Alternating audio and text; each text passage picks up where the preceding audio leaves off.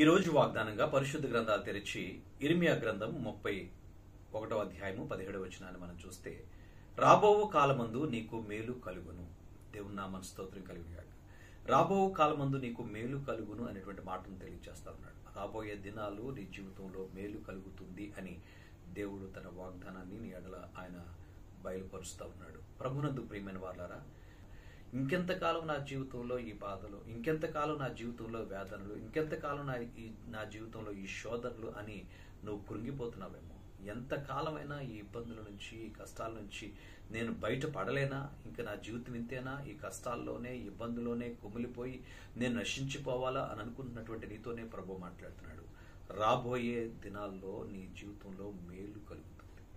దేవుడు మేలు చేత నిన్ను తృప్తిపరచడానికి ఆయన ఇష్టపడుతున్నాడు. నువ్వు ఇంతవరకు కష్టపడ్డావు కదా, ఇంతవరకు ఇబ్బందులు కొలిమి గుండా వెళ్ళావు కదా, ఇంతవరకు గాఢాంధకారపు లోయల గుండా నువ్వు నడిచావు కదా. ఇదిగో దేవుని దుడ్డుకర్ర, దేవుని దండము నిన్ను ఆదరించి బలపరిచి నడిపిస్తూ నిన్ను ఉన్నతంగా నడిపించడానికి ఆయన ఇష్టపడుతున్నాడు. రాబోయే దినాలన్నింటిలో కూడా ఆయన తన మేలు చేత నిన్ను తృప్తిపరచాలని, ఆయన తన కృప చేత నిన్ను బలపరచాలని, నీ కష్టముల నుంచి, నీ ఇబ్బందుల నుంచి నిన్ను విడిపించి నిన్ను నూతనమైన మార్గంలో నడిపించాలని ఆయన ఇష్టపడతా ఉన్నాడు. ప్రభు వైపు చూడగలుగుతున్నావా? ప్రభు మీద సంపూర్ణంగా ఆనుకోగలుగుతున్నావా? కష్టాలు గుండా వెళుతున్నప్పుడు ప్రభా నీవే నాకు సహాయం చేసి నన్ను నడిపించని సంపూర్ణంగా దేవునికి నువ్వు అప్పగించుకో.